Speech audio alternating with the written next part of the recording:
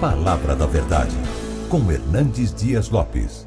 Irmãos amados, nós vamos abrir a Palavra de Deus na segunda carta do apóstolo Paulo aos Coríntios, capítulo 5. Segunda carta de Paulo aos Coríntios, capítulo 5, versos 18 a 21.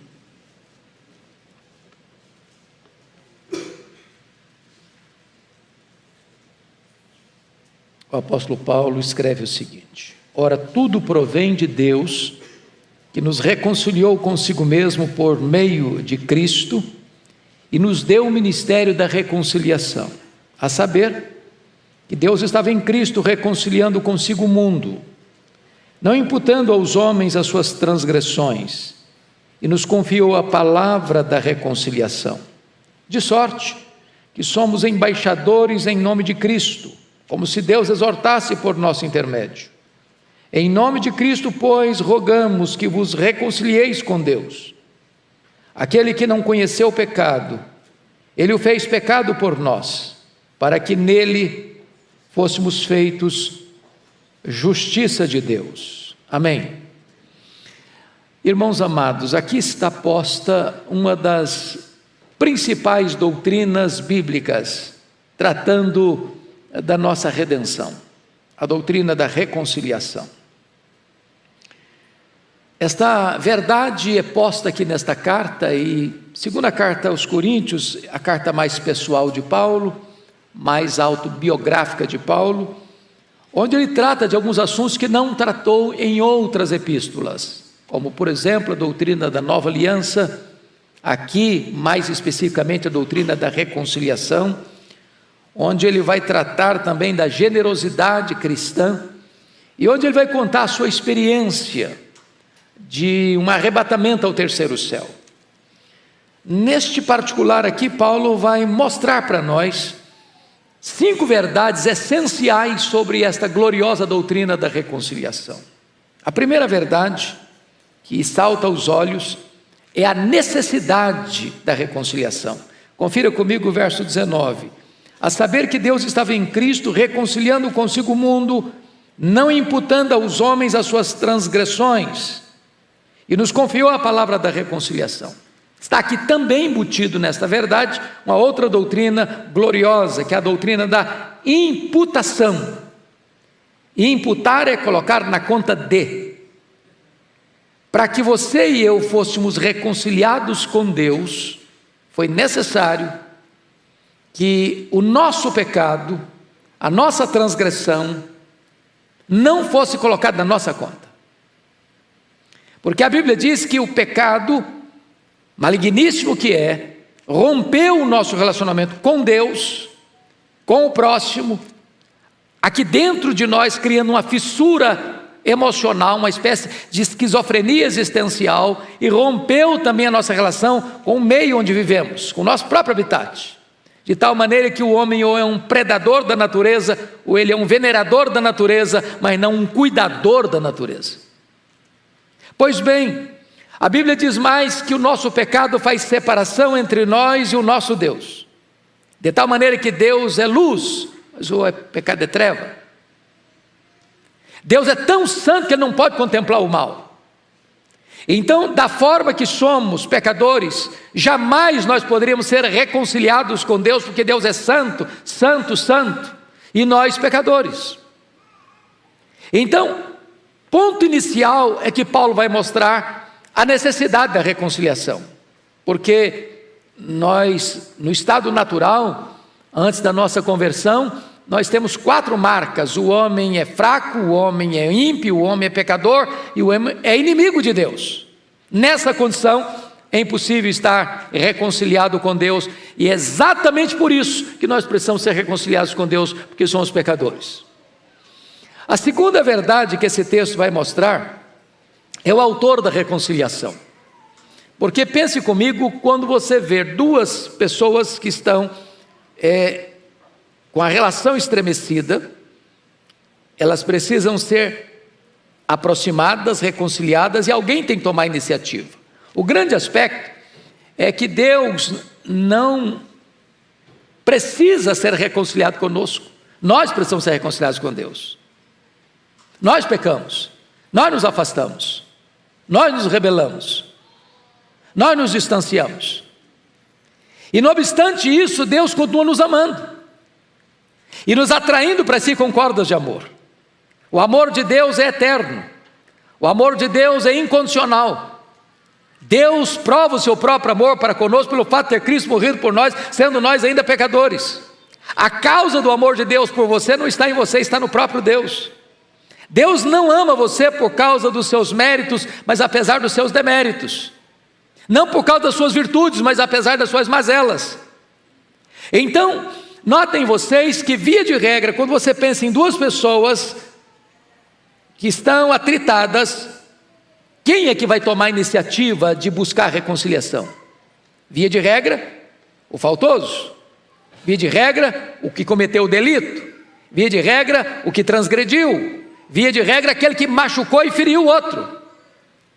Porém, a Bíblia nos mostra que, embora nós tenhamos nos rebelado, nós tenhamos pecado, nós tenhamos nos distanciado de Deus, veja comigo o verso 18. Ora, tudo provém de Deus, que nos reconciliou consigo mesmo por meio de Cristo e nos deu o ministério da reconciliação. Então, não só a reconciliação é uma necessidade absoluta, como o autor da reconciliação é o próprio Deus. Não é o ofensor que procura o ofendido, é o ofendido que busca a reconciliação com o ofensor. Isto é magnífico, porque isso retrata o amor de Deus, tão profundo, tão grande, tão extenso, tão amplo, que os poetas, por mais brilhante que seja a sua capacidade de poesia, é capaz de descrever este amor. Já diziam os poetas que, ainda que os mares fossem tinta, ainda que as nuvens fossem papel, ainda que as árvores fossem pena, ainda que os homens fossem escritores, jamais poderia se descrever este amor. O próprio Deus nos procura para a reconciliação. Mas esse texto apresenta uma terceira verdade. Não apenas a necessidade, não apenas o autor, mas vamos ver agora o agente da reconciliação. Confira comigo novamente os versos 18 e 19. Você pode ler comigo esses dois versos? Vamos juntos? Ora, tudo provém de Deus, que nos reconciliou consigo mesmo, por meio de Cristo, e nos deu o ministério da reconciliação. A saber, que Deus estava em Cristo, reconciliando consigo o mundo, não imputando aos homens as suas transgressões, nos confiou a palavra da reconciliação. Vejam vocês, amados, que agora Deus, neste ato de nos buscar para a reconciliação, Ele nos manda Jesus, que se fez carne, que assumiu uma natureza humana, sendo Ele Deus, e Ele habitou entre nós, cheio de graça, e Ele manifestou a glória de Deus entre nós, através dos seus ensinos, através dos seus milagres portentosos. Mas a Escritura diz que Ele veio para morrer, Ele veio para expiar nossa culpa, Ele veio para pagar nossa dívida, Ele veio para nos resgatar do poder do pecado, de tal maneira que nós pudéssemos ser reconciliados com Deus. Em outras palavras, Deus sendo santo não pode contemplar o mal. Então, para reconciliar você com Deus, Deus não passou por cima do seu pecado, Deus não fez vistas grossas do seu pecado, Deus não olhou e viu o seu pecado como se não fosse pecado, não observando a gravidade dele ou ignorando a gravidade dele. Não, absolutamente não. Deus não deixou a sua natureza santa, justa, para reconciliar-nos com Ele. Deus enviou o seu Filho como nosso fiador, como nosso substituto, como nosso representante, de tal maneira que a Escritura diz que quando Cristo está indo para a cruz, e no ato da reconciliação, Deus pega todas as suas transgressões e lança todas elas sobre o seu Filho. E diz a Bíblia lá em 1 de Pedro, capítulo 2, verso 24, que Ele foi carregando sobre o seu corpo no madeiro os nossos pecados. O profeta Isaías diz no capítulo 53 que Deus lançou sobre ele todas as nossas iniquidades.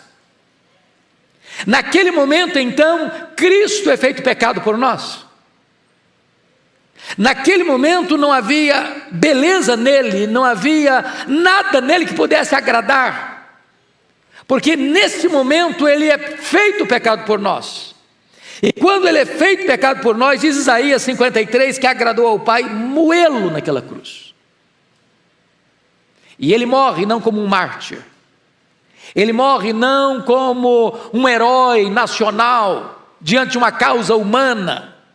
Ele morre vicariamente, ele morre substitutivamente. Ele morre no seu, no meu, no nosso lugar. De tal maneira que a sua dívida foi quitada, de tal maneira que o seu pecado foi exemplarmente punido, porque lá na cruz Deus exerce o seu amor e ao mesmo tempo a sua justiça. E assim Jesus Cristo é o agente, o mediador dessa reconciliação. Há alguns anos lá no Espírito Santo eu escutei uma história dramática de um fazendeiro no sul do estado, que brigou de uma maneira muito contundente com seu filho, e o filho saiu de casa brigado com o pai. E a mãe ficou muito triste, porque ela não podia imaginar seu filho saindo de casa brigado com o pai. Todas as vezes que a mesa era posta para a refeição, e ela via a cadeira vazia do seu filho, ela começava a chorar, não conseguia se alimentar. E isso passou dias, algumas semanas, e essa esposa do fazendeiro começa a definhar emocional e fisicamente, adoeceu. Então ele mandou chamar um médico, ele veio, examinou e disse: essa mulher está doente da alma, não há remédio na farmácia, não há injeção numa farmácia, não há tratamento clínico que possa curar essa mulher. O problema dela é uma doença da alma, se o filho não voltar, ela morre de tristeza. E então o fazendeiro mandou os seus empregados procurar o filho. Ele não sabia o paradeiro do filho. Quando encontraram o moço, falando para ele que precisava voltar, sua mãe estava muito doente, em virtude da sua saída de casa, ele veio, ele entrou por uma porta, o pai saiu pela outra. O menino chegou no quarto da mãe, a mãe já estava numa prostração à beira da morte. E aquela mãe então manda chamar o marido, o pai do rapaz, e constrangido ele entrou, e ela então pega a mão do filho, pega a mão do marido, que era o pai do menino, e bota as duas mãos juntas, prende as duas mãos sobre o seu peito, e ali naquele gesto, ela expirou, ela morreu, reconciliando o pai com o filho. É claro que essa ilustração não é absolutamente adequada para representar o que eu estou mostrando, porque o pai nunca tornou-se inimigo nosso. Nós nos rebelamos, nós deixamos a casa paterna, nós deixamos a comunhão com Deus, mas em virtude do nosso pecado, Jesus Cristo precisou assumir o nosso lugar. Ele se foi feito pecado por nós, para que nós pudéssemos ser então reconciliados com Deus. Deus estava em Cristo reconciliando consigo o mundo. Mas notem comigo uma quarta verdade nesse texto. A pergunta é: em que base Deus nos chama para a reconciliação? Porque Ele estava em Cristo reconciliando consigo o mundo.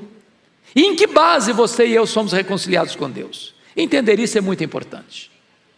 E eu chamo a sua atenção para o fato de que na cruz do Calvário, onde esse fato acontece, 3 grandes transações acontecem. A primeira grande transação que acontece está aí no versículo 19, olha comigo.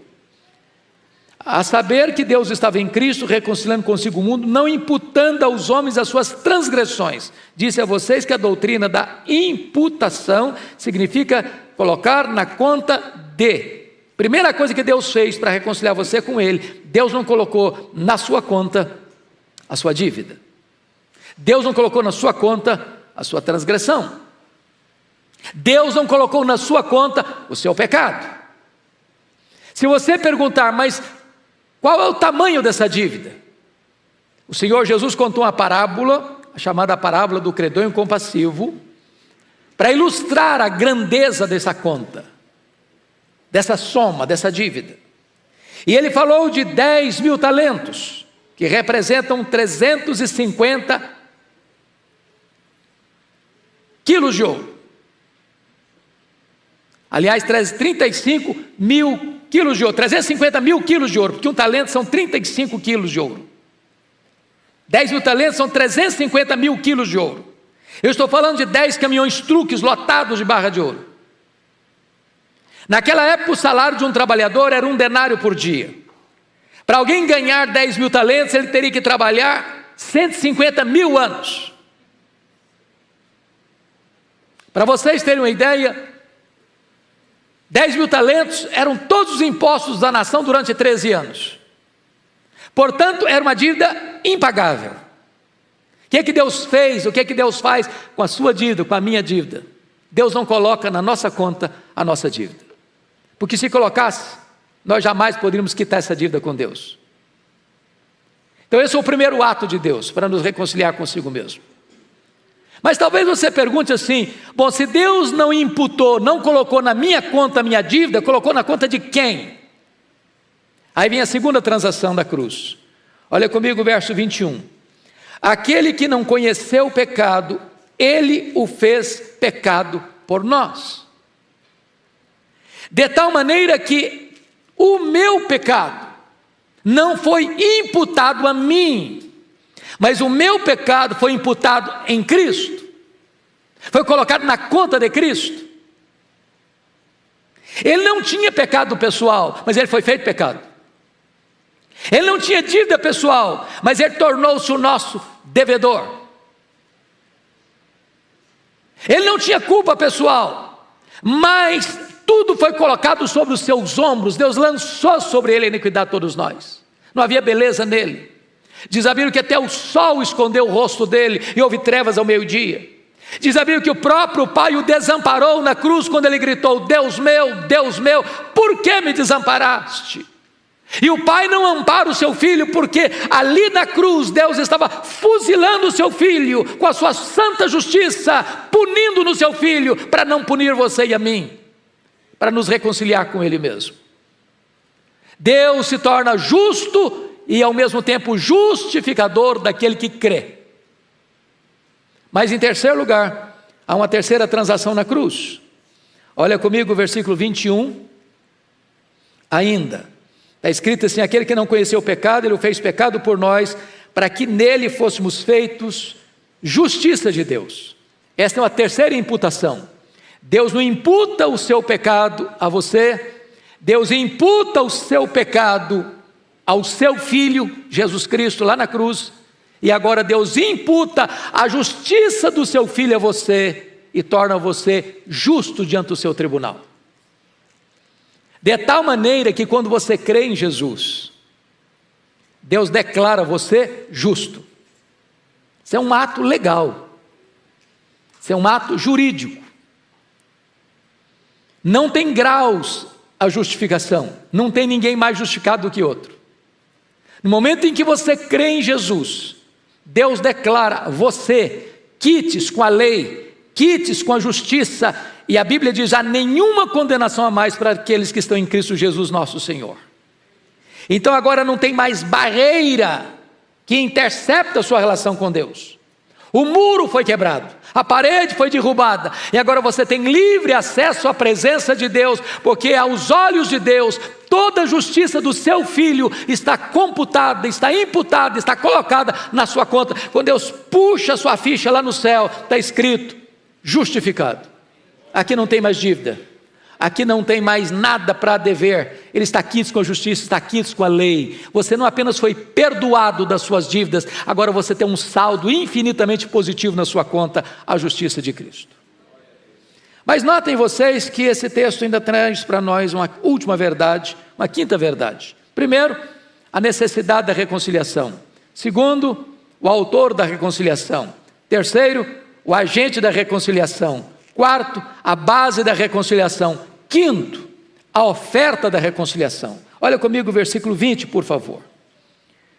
De sorte que somos embaixadores em nome de Cristo, como se Deus exortasse por nosso intermédio.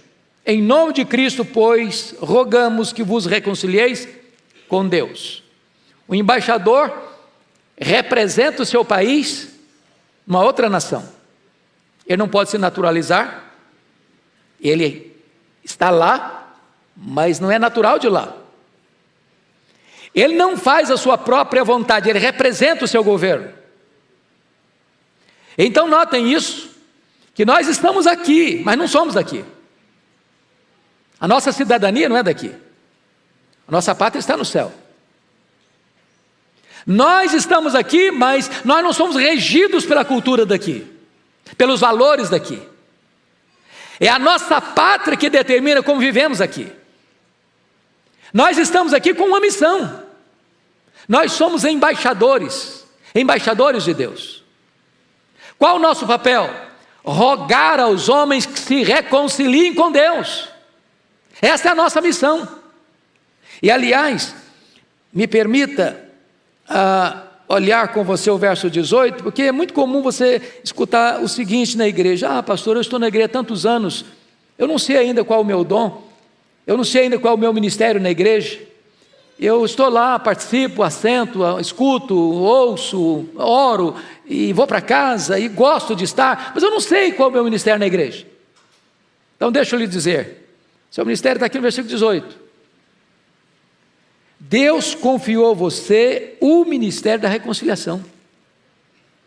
Você é um embaixador de Deus. Você tem a mais nobre das missões na terra. Você roga aos homens em nome de Cristo que se reconciliem com Deus. Você é um representante do céu na terra. Você é um embaixador de Deus na terra. Isso levou o Charles Haddon Spurgeon a dizer com fartura os seus alunos, nas suas muitas aulas a eles, dizer o seguinte: meus filhos, se um dia a rainha da Inglaterra convidar vocês para serem embaixadores em qualquer ou quaisquer lugares do mundo, não rebaixem de posto, vocês já são embaixadores do Rei dos Reis e do Senhor dos Senhores. É necessário que você entenda a nobreza dessa missão. Você representa o céu, você fala em nome de Deus, e você roga em nome de Cristo, para que as pessoas se reconciliem com Deus. Que missão gloriosa, que missão de paz, que missão de vida. Mas eu quero concluir com duas aplicações práticas que estão nos versos 1 e 2 do capítulo 6. A primeira coisa que Paulo nos exorta a termos muito cuidado está aqui: nós, na qualidade de cooperadores com ele, também vos exortamos a que não recebais em vão a graça de Deus. Irmãos, é possível que alguém venha para a igreja, goste de ouvir a mensagem, goste de cantar os cânticos, de fazer suas orações, mas isso se torna mecânico, isso não mexe nada com a vida dela, isso não toca a vida dela, isso não transforma a vida dela, e de repente caímos nesse perigo aqui de receber em vão a graça de Deus. A graça de Deus é um bem precioso, é de graça para você, mas não é barata. Custou tudo para Deus, custou a vida do seu próprio filho. Então esta mensagem é soleníssima e nós devemos acolhê-la com muito temor e reverência. Segunda advertência está aí no versículo 2. Porque ele diz: eu te ouvi no tempo da oportunidade, te socorri no dia da salvação, eis agora o tempo sobremodo oportuno, eis agora o dia da salvação. Então você não pode adiar essa decisão também não. Você adiar essa decisão, você está correndo um grande risco. Sabe por quê? Porque hoje, não amanhã, hoje é o dia da salvação. O amanhã você nem sabe se vai estar vivo, nem sabe se vai ter oportunidade, nem sabe se o seu coração vai estar sensível à voz de Deus, porque aqueles que rejeitam ouvir a voz de Deus podem correr o risco que Faraó correu. O coração está duro, Deus endurece então. Você quer ficar duro? Com o coração duro? Então fique duro, fique com o coração insensível, e aí a condenação fatal. Então hoje é o dia. Eu não sei como você entrou aqui hoje, Mas se você ainda não reconciliou-se com Deus, esta é a tarde da sua reconciliação. Você que está me acompanhando na sua casa, onde quer que você esteja, agora, hoje é o dia, é o tempo oportuno da sua reconciliação. Não receba em vão a graça de Deus. Que Deus nos ajude para que esta tarde seja uma tarde de salvação, que haja salvação também aí na sua casa. Vamos ficar em pé, queridos, e vamos orar.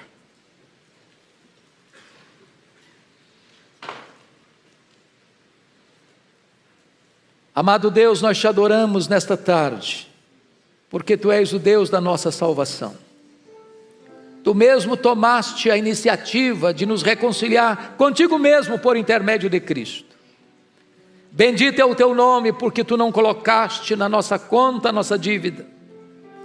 Tu colocaste sobre o Teu Filho os nossos pecados. E Tu colocaste na nossa conta toda a justiça de Cristo. Glória ao Teu nome, porque hoje temos livre acesso à Tua presença. Hoje não precisamos mais ter medo da condenação, porque fomos lavados, fomos remidos, fomos comprados. Ó Deus, fomos reconciliados contigo. Louvado seja o Teu nome. Que tenhamos deleite em Tua presença, que tenhamos prazer em Te adorar em espírito e em verdade. E agora te rogamos, Deus, que Tu levantes cada um de nós para sermos Teus embaixadores. Que nós aqui representemos o céu e que em Teu nome falemos, rogando aos homens, em nome de Cristo, que se reconciliem contigo.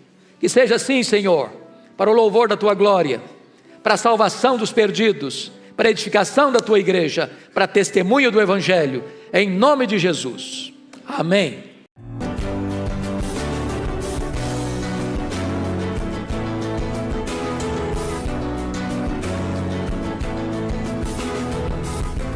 Palavra da Verdade, com Hernandes Dias Lopes.